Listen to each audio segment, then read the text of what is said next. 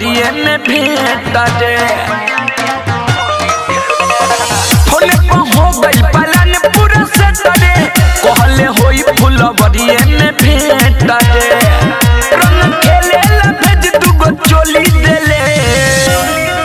Late कोके गईनी बात दुगो बोली देले साइकिल से बाजार आइल होली खेले लेट कोके गईनी बात दुगो बोली देले साइकिल से बाजार आइल होली खेले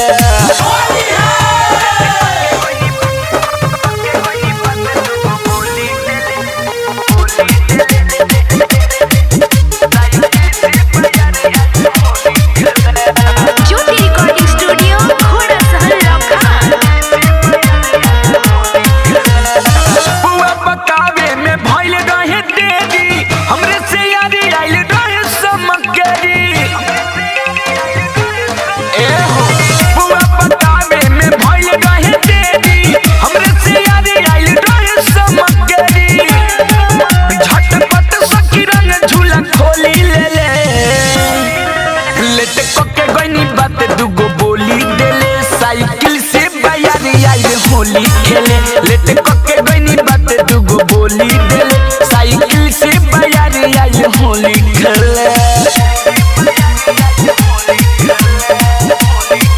म्यूजिक बाय विकेश भोजपुरिया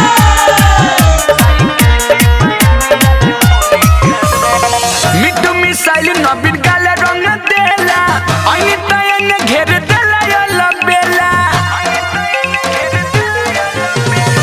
मिट्टू मिसाइल नबीन काला रंग देला आई तयन घेर देला या बेला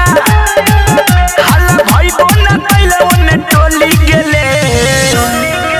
लेट कोके गईनी बात दुगो बोली देले साइकिल से बाजार आइल होली खेले लेट कोके गईनी बात दुगो बोली देले साइकिल से बाजार आइल होली खेले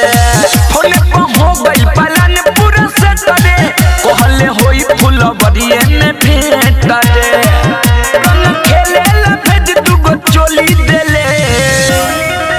लेट कोके गईनी बात दुगो बोली देले साइकिल से बाजार आइल होली खेले लेट कोके गईनी बात दुगो बोली देले साइकिल से बाजार आइल होली खेले ज्योति रिकॉर्डिंग स्टूडियो घोड़ा सहन लखान।